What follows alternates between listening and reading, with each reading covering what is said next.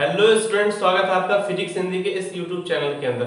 तो पिछले लेक्चर में मैंने आपको मानव जनन नाम के चैप्टर नंबर 3 है एनसीईआरटी का, इसमें बता चुका हूं कि मानव जनन में क्या होता है, इसके बेसिक स्ट्रक्चर क्या होते हैं, क्या क्या पार्ट आते हैं। तो मैं इसके विभिन्न जो पार्ट हैं बता चुका हूँ। 2 लेक्चर मैंने दिए वीडियो में। तो पहले लेक्चर में मैंने बेसिक चीज बताया और फिर उसमें नर भाग के अंतर्गत जो भाग आते हैं उसको बताया था, और दूसरे लेक्चर के अंतर्गत मैंने आपको दिए थे वृषण की संरचना बताया, उसके आंतरिक संरचना बताया, उसमें जो नोट्स था मैं डिस्प्ले किया था, जो बच्चे छाप पाए थे छाप लिए हैं। और कुछ दिन की बात है, बस माइक हमारी आ जाने वाली है, फिर हम लोग की क्लासेस की वीडियो और शानदार और धमाकेदार होंगी। तो ठीक है, अब बात ना करते हुए हम लोग अपना टॉपिक स्टार्ट करते हैं। आज का हमारा नया टॉपिक होगा स्पर्मेटोजेनेसिस, जिसको बोलते हैं शुक्राणु जन्म। तो यानी कि जैसे हम वृषण की संरचना देखे थे तो उसके अंतर्गत हम कुछ पाए थे 250 पालिकाएं। उन 250 पालिकाएं को हम नाम दे देते हैं वृषणीय पिंडक। वृषणीय पिंडक 250 संख्या में होती हैं। उसके अंतर्गत 2 से 3 अतिकुंडित संरचना पाई जाती हैं। उन संरचनाओं को सेमिनिफेरस ट्यूब्यूल्स या शुक्रजनक नलिका बोलते हैं। तो शुक्रजनक नलिकाओं को काटा गया था, तो उसकी आंतरिक संरचनाओं में देखा गया कि 2 कोशिकाएं होती हैं, पहली सर्टोली कोशिका और दूसरा स्पर्मेटोगोनिया सेल, या वो बोल सकते हैं शुक्रजनक कोशिका। तो शुक्रजनक कोशिकाओं को हम बताए थे कि ये कोशिकाएं आगे विभाजित होकर शुक्राणु का निर्माण करती हैं, और शुक्रजनक कोशिकाओं को पोषण प्रदान करने का काम सर्टोली कोशिका करती है। तो सर्टोली कोशिका का कार्य बता चुका आपको, और उसके बता चुका हूं कि शुक्रजनक नलिकाओं के बीच में जो स्थान होता है उसको अंतराकाशी स्थान बोलते हैं। वहां पे जो कोशिकाएं प्रेजेंट होती हैं उन्हें अंतराली कोशिका यानी कि इंटरस्टिशियल सेल या इंटरस्टिशियल सेल और लेडिक सेल बोलते हैं। ये नर हार्मोन टेस्टोस्टेरोन का स्राव करती है। आज का हमारा मेजरली टॉपिक रहेगा कि कैसे स्पर्मेटोगोनिया यानी कि शुक्रजनक कोशिकाओं के थ्रू शुक्राणु का यानी कि मेल गैमेट नर युग्म का निर्माण होता है। तो देर न करते हुए हम अपने टॉपिक को स्टार्ट करते हैं। Let's get started.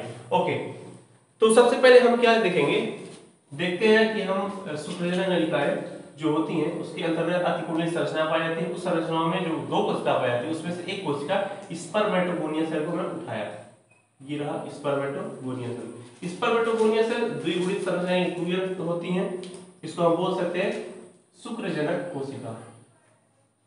शुक्रजनक कोशिका, शुक्रजनक कोशिका को हम बोलते हैं इंग्लिश में स्पर्मेटोगोनिया सेल। स्पर्मेटोगोनिया सेल शुक्रजनक कोशिका को बोलते हैं स्पर्मेटोगोनिया सेल। इस शुक्रजनक कोशिकाओं में होता है विभाजन। वो विभाजन जो होता है उसे बोलते हैं समसूत्री विभाजन, और इंग्लिश में माइटोसिस बोलते हैं। इसमें होगा समसूत्री विभाजन। समसूत्री विभाजन क्लास 11 का टॉपिक है, जिसको आपको अच्छे से जानना चाहिए। अगर फिर भी नहीं जानते तो मैं बता देता हूँ। माइटोसिस यानी कि समसूत्री विभाजन में क्या होता है, जब एक कोशिका होती है उसमें विभाजन होता है तो वो 2 कोशिका का निर्माण करती है, और जब 2 कोशिकाएं बनती है तो उनमें जो गुणसूत्रों की संख्या होती है जो जनक कोशिका होती है उसके समान ही होती है। तो जनक कोशिका शुक्रजनक कोशिका है। जब इसमें ये विभाजन का समसूत्री विभाजन क्या होता है कि जब कोई कोशिका होती है उसमें विभाजन होता है तो एक कोशिका से 2 कोशिका निर्माण होता है। यानी क्वेश्चन आपसे 11th में ही बनता है कि समसूत्री विभाजन किसे करते हैं। तो समसूत्री विभाजन का मतलब ऐसा विभाजन से होता है जिसमें एक कोशिका का विभाजन 2 कोशिकाओं में हो जाता है, लेकिन जो एक कोशिका होती है जिससे विभाजन होता है उसके अंदर जो गुणसूत्रों की संख्या होगी वही सेम गुणसूत्रों की संख्या जो नई कोशिकाएं बनेंगी उसमें भी होगी। तो उसी तरह जब शुक्रजनक कोशिका में समसूत्री विभाजन होता है तो इससे 2 कोशिकाएं बनती हैं, कोशिका नंबर 1 और कोशिका नंबर 2। 2 कोशिकाएं बनती हैं। तो जैसे यहाँ पे 2n यानी गुणसूत्रों की संख्या दुगनी है, तो वैसे ही यहाँ भी गुणसूत्रों की संख्या 2n यानी कि दुगनी होगी। 2n यहाँ भी था, 2n यहाँ भी होगी। तो अब मैं इसमें सिर्फ एक स्ट्रक्चर को लेकर चलूंगा। अब जब समसूत्री विभाजन हुआ तो 2 कोशिकाएं बनी हैं, 2 कोशिकाओं में गुणसूत्रों की संख्या समान है। तो जो ये कोशिकाएं बनी है इनको हम बोलते हैं प्राथमिक शुक्रजन कोशिका। इसको बोलते हैं प्राथमिक शुक्रजन कोशिका। इंग्लिश में बोलते हैं प्राइमरी स्पर्मेटोसाइट्स बोलते हैं इसको, प्राइमरी स्पर्मेटोसाइट्स। लिखने की बात में आप टेंशन मत लीजिएगा, लिखने के लिए मैं अपना नोट्स डिस्प्ले कर दूंगा इसको टॉपिक को बताने के बाद में, आप वहां से छाप लीजिएगा। तो प्राइमरी, अब हमको मिलेगा प्राथमिक शुक्रजन कोशिका। अब इस प्राथमिक शुक्रजन कोशिका में क्या होता है, विभाजन होता है, और फिर आगे इसमें विभाजन होगा। उस विभाजन का हम नाम देते हैं अर्धसूत्री विभाजन। अर्धसूत्री विभाजन यानी कि इंग्लिश में बोलते हैं इसको मियोसिस बोलते हैं। क्या बोलते हैं, मियोसिस। समसूत्री को बोलते हैं माइटोसिस और अर्धसूत्री को बोलते हैं मियोसिस। तो मियोसिस एक विभाजन जो होता है अर्धसूत्री विभाजन, मैं बता देता हूँ क्या होता है।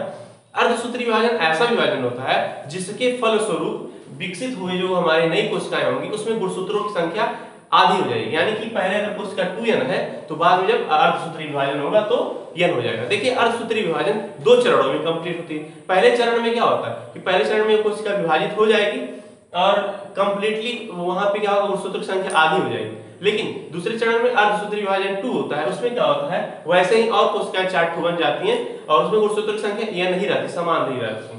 तो ये अर्धसूत्री विभाजन का पहला चरण फर्स्ट होता है। ये जब होता है तो कोशिकाएं बनती हैं। तो कोशिकाएं तो बनती हैं 2, लेकिन मैं यहाँ से एक ही लेके चल रहा हूँ जिससे कंफ्यूजन ना आए। हाँ 2 बनती है मानता हूँ, अगर आप चाहें तो चलिए बता ही देता हूँ, लेकिन एक ही लेके चलना आसान रहेगा हमारे लिए। मैं 2 ले लेता हूँ, कोई बात नहीं, कंफ्यूज मत होइएगा। लीजिए 2 ले लिया हूँ। अगर इसको और स्पष्टीकरण के लिए मैं आपको बता देता हूँ, अर्धसूत्री जब विभाजन 1 हुआ तो इसमें गुणसूत्रों की संख्या आधी हो गई, इसमें आधी हो गई। ठीक है, अब इससे जो कोशिका बनी है इस कोशिका का नाम दिया गया है द्वितीयक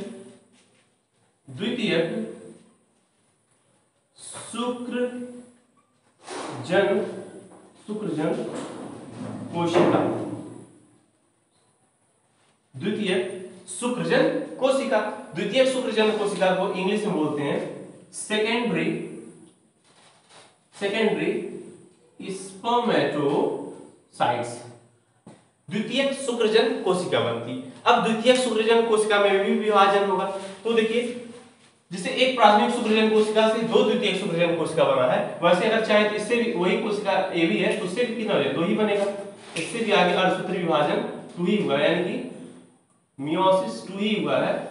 सेम कोशिकाएं तो क्या बन जाएंगे, 2 इधर और 2 इधर, 4 बन गई। इसमें गुणसूत्र संख्या कितना होगा, इसमें भी n होगा, n और n। इनका नाम क्या दिया, द्वितीयक शुक्रजन कोशिका। इसका नाम दिया गया द्वितीयक शुक्रजन कोशिका। अब द्वितीयक शुक्रजन कोशिका में आगे विभाजन होगा, एट लास्ट ये फाइनली विभाजन होता है। इसमें होता है जो अर्धसूत्री विभाजन, इसको बोलते हैं अर्धसूत्री विभाजन 2। ये अर्धसूत्री विभाजन 2 का लास्ट फाइनल स्टेज है, यानी इसमें भी वही विभाजन होगा, इसमें भी वही विभाजन, सेम ही है, बार बार लिखने का कोई मतलब नहीं है, सेम ही विभाजन है। तो इसमें अर्धसूत्री विभाजन हुआ और फाइनली एक चीज बनेगा, यहाँ पे यहाँ भी एक बनेगा। देखिए n से n ही बनेगा, यहाँ भी n से n ही बनेगा। अर्धसूत्री विभाजन 2 में जो n रहता है n ही बनता है, यहाँ n से n ही बनेगा, यहाँ भी n से n ही बनेगा। एट लास्ट इसको फाइनली नाम दिया जाता है शुक्राणु प्रसू। इसको बोलते हैं शुक्राणु प्रसू, नहीं प्रपसू बोलते हैं, प्रपशु, यानी कि इंग्लिश में बोले तो स्पर्मेटिड्स। इसको बोलते हैं स्पर्मेटिड्स। रियली में बात किया तो स्पर्मेटिड्स ये हमारे नरयुग्मक ही होते हैं, लेकिन ये उतने मैच्योर नहीं होते हैं, इसलिए ये जब विकास करते हैं इनमें क्या होगा, अब विभाजन है, विभाजन नहीं खत्म होता, होगा क्या इनमें विकास होगा। सब में होगा विकास, इसमें विकास होगा। सभी स्पर्मेटिड्स है, स्पर्मेटिड्स, इसमें भी क्या होगा, विकास होगा। मैं बार बार नहीं लिख रहा, लेकिन लिख दे रहा हूं एक बार, सब में विकास होगा। और फाइनली जिसको हम बनाने के लिए प्रयास कर रहे थे शुक्राणु, वो हमारा बन जाता, वही हमारा, ये देखिए यहाँ पे हमारा शुक्राणु बन गया, शुक्राणु बन गया, शुक्राणु बन गया। तो एट लास्ट फाइनली हमारा अगुणित शुक्राणु इसको बोलते हैं, स्पर्म इसको बोलते हैं शुक्राणु, बोले तो स्पर्म, बोले तो मेल गैमीट का फॉर्मेशन हो गया। ये था हमारा शुक्राणु जनन। शुक्राणु जनन की प्रक्रिया क्या होती है, तो सबसे पहले हम लिखेंगे युग्मक जनन किसे कहते हैं। तो जनन की वह प्रक्रिया जिसमें युग्मकों का निर्माण होता है, नर में नर युग्मक शुक्राणु का और मादा में मादा युग्मक अंडाणु का। तो इस प्रक्रिया को बोलते हैं शुक्राणु अंडाणु, इस प्रक्रिया को बोलते हैं, क्या बोलते हैं, युग्मक जनन। यदि यह नर में हुआ तो इसको बोलेंगे नर युग्मक जनन या फिर शुक्राणु जनन बोलेंगे, और यही मादा में तो मादा युग्मक जनन या बोलेंगे अंडाणु जनन बोलेंगे। अब देखिए मेरे डिस्प्ले में मैं नोट्स को सारे शो कर रहा हूँ साइड में, पहले आप लोग एक काम कीजिए, जितना मैं लिखा हूं इसको आप छाप लीजिए। उसके बाद फिर मैं अब यहाँ पे डिस्प्ले कर रहा हूँ सारे अपने नोट्स को जो मैंने इसके बारे में लिख रखा है। आप अपने कॉपी में एज इट इज वैसे लिख सकते हैं। हाँ, तो आप छाप सकते हैं। छापिए, देखिए डिस्प्ले हो रहा होगा आपके नोट में यहाँ पे नोट्स जो मेरे हैं, और छाप लीजिए। तो ये था क्या होता है शुक्रजनक कोशिका में विभाजन होता है, समसूत्री विभाजन, जिससे क्या होता है प्राथमिक शुक्रजनक कोशिकाएं प्राइमरी स्पर्मेटोसाइट्स बनते हैं। उनके अर्धसूत्री विभाजन फर्स्ट से क्या होता है, द्वितीयक शुक्रजनक कोशिका इसको बोलते हैं, सेकेंडरी स्पर्मेटोसाइट्स बनता है। उसके अर्धसूत्री विभाजन टू से क्या होता है शुक्राणु प्रपशु बनता है, और शुक्राणु प्रपशु से हमारा शुक्राणु एडवेंटिस फाइनली बन जाता है। ये टोटली आप फाइनली मेरे नोट्स में पा सकते हैं और पढ़ लीजिए उससे, और आप उस नोट से कॉपी कर लीजिएगा। और इसके बारे में कंप्लीट स्ट्रक्चर था। अब मैं इसके बाद संरचना बताऊंगा कि शुक्राणु की संरचना कैसे होती है, उसके बारे में बताऊंगा, फिर नर भाग को फिर मैं समाप्त करूंगा। ओके, तो छाप लीजिए इतने को। ठीक है, तो अब ये जो लास्ट में मेरा शुक्राणु बना, इसकी संरचना क्या होती है, ये भी इंपॉर्टेंट है, एग्जाम में आता है। और हमारा ये कर्तव्य है कि इंपॉर्टेंट ही नहीं, जो मुझे मतलब कि पक्का जानना है, अगर मैं बायोलॉजी को पढ़ रहा हूँ,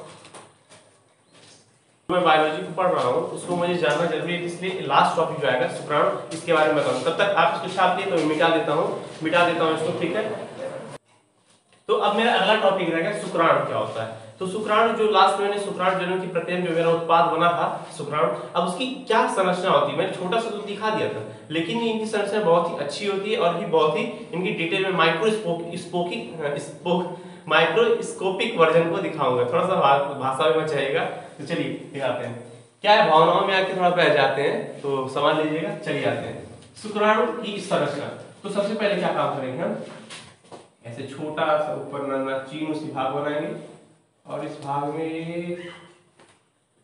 ये ऐसे घुमाएंगे। ठीक है, यहाँ से क्या करेंगे, ऐसे यहाँ से ऐसे निकालेंगे संरचना ध्यान से।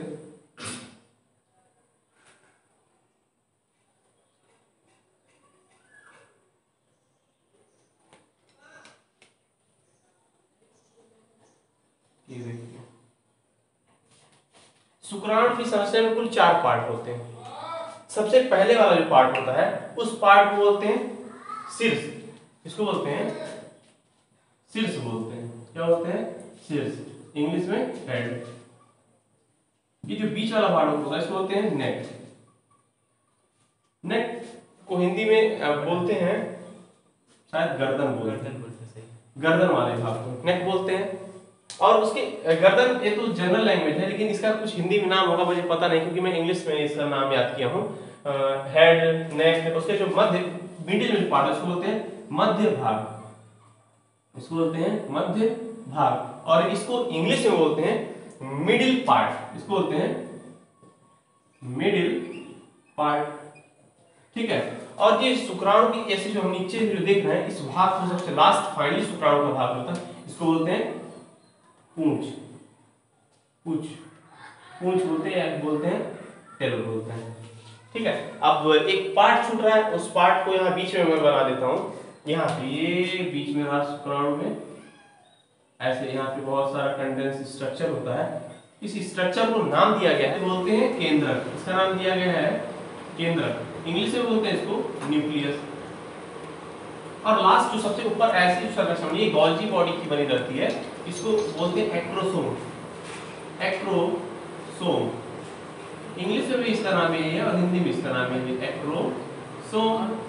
शीर्ष हो गया, एक्ट्रोसोम हो गया, केंद्र में। और लास्ट पार्ट जो इसमें बचता है, इसमें लास्ट पार्ट में ऐसे जहां यहाँ जो दिख रहा है मध्य भाग, यहाँ पे भरे रहते हैं माइटोकॉन्ड्रिया। यहाँ पे माइटोकॉन्ड्रिया, इस पार्ट बोलते हैं माइटोकॉन्ड्रिया। इस भाग में भरे रहते हैं इससे बहुत सारे। ये क्या करते हैं, एनर्जी प्रोवाइड करने का काम करते हैं।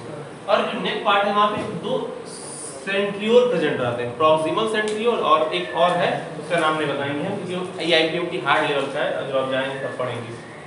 तो ये जो भाग है ये आपको होगा कुछ वाला भाग, ऊपर वाला भाग शीर्ष वाला भाग, ऊपर सबसे एक्ट्रोसोम, नेक, मध्य भाग। तो शुक्राणु के बारे में जो संरचना है वो नोट्स यहाँ पे डिस्प्ले कर रहा हूँ, आप देख सकते हैं, सारा छाप लीजिए।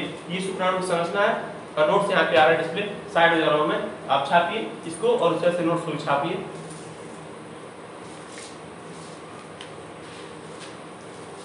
तो अभी तक आप लोगों ने नोट्स को छाप दिया होगा, तो ठीक है, आज की क्लास यहीं समाप्त करते हैं और मिलते हैं अगले क्लास में नए टॉपिक के साथ। और जो मेरा ये इनर भाग था यहीं पे खत्म होता है। अब अगले लेक्चर से हम मादा भाग के बारे में अध्ययन करेंगे। तो ठीक है, शुक्राणु के बारे में आप लिख लीजिएगा अच्छे से, क्यों नोट्स में मैंने बता दिया है और जो चित्र था ये मैं समझा दिया हूँ। तो ठीक है, मिलते हैं अगले क्लास में, तब तक के लिए गुड बाय, पढ़ाई करते रहिए, ऑल द वेरी बेस्ट।